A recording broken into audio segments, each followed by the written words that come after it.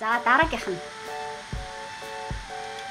Дараагийнх нь юу вэ? Зорилго тодорхойлох гардаг алдаа 6 гэж байна. Хит ерөнхий зорилго тавьдаг.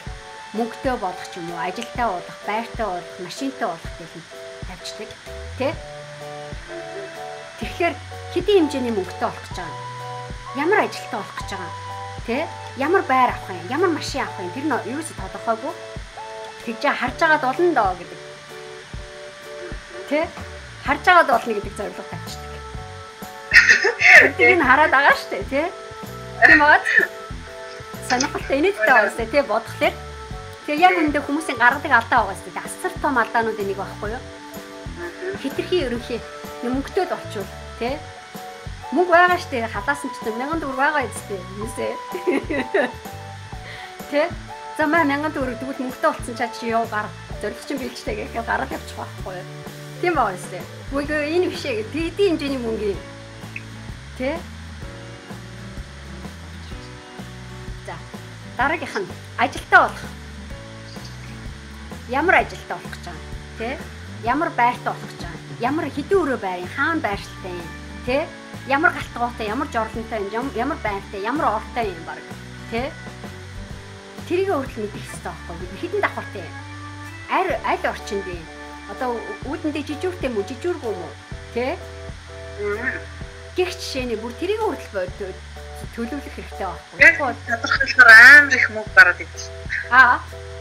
Яг тэгж тодорхойлохоор аюул их мөнгө гараад. Тийм, тэр чинь тэгээд том зорилго болоод хэлж байгаа байхгүй. Тэрэндээ тохирсон хэмжээний стратеги гэдэг юм үе шаттайгаар гэдэг юм шиг. Тийм, үе шаттайгаар л болох шээ заахгүй.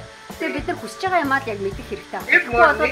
Авчдаг одоо нэг байр авчлаа гэж бодъё. Тэнгуутаа нэг өрөө нэг жижигхэн юм авчин. Тэгээд энийг байрнаас гарахынсан гэдэг утхан.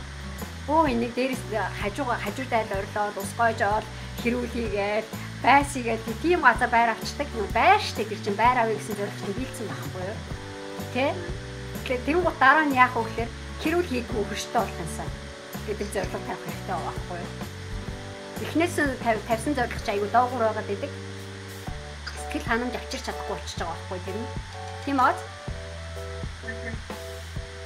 тийм манайх ус гойжод би байртай болохын сан хэлсээр байгаа хэдэн жилийн өмнө байртай болсон тэгсэн чи одоо ингээд дээд төрштэйг хэрэлцээр байгаа минь байрны төлөвчнээс аяг зарцуулчлаа гэх.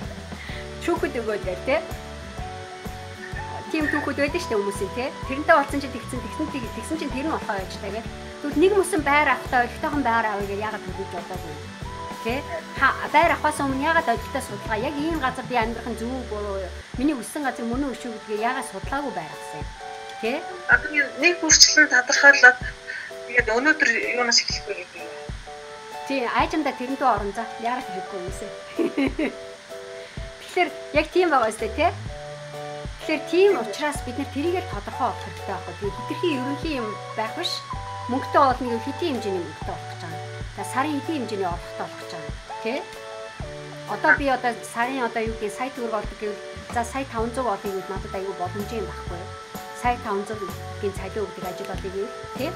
Тэр хооронд би судалгаа аль компаниудтай ажиллаж яах вэ? Эсвэл энийг хийхин тулд ямар төрлийн ажлынхаа мэргэжлийг юм презентацийн юмудаа өөрчлөх гэж юм уу тийм.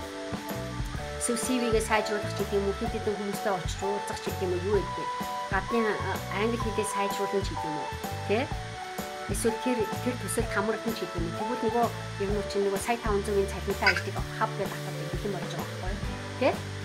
Тэгэхээр тиймэрхүү маягийн бид нар яг хэдийн хэмжээний цалинтай хэдийн хугацаанд болох юм гэдэг дээр бид нар тулж харах хэрэгтэй байхгүй яг тодорхой тийм тэгээ мөнгөтэй болно гэдэг бол хангалтгүй байгаас тийм эсвэл хэдэн сая төгрөгийн хадгаламжтай болох ч юм уу тийм хэдэн сая төгрөгийн одоо аюулгүй данстай болох ч юм уу тийм ямар ч үед одоо мөнгөний хэрэгцээ эрүүл мэндийн янз янзын шаардлага гарахад би санаа зовдөггүй тэгэхээр тулд хэдэн сая төгрөгийг байнга миний дансанд хадгаламжинд байдаг байж болох Тэ ямар зорилгоор тэр мөнгөтэй болох гэж байгаа. Тэр чинь үргэлж тодорхой байх хэрэгтэй байхгүй юу? Тэ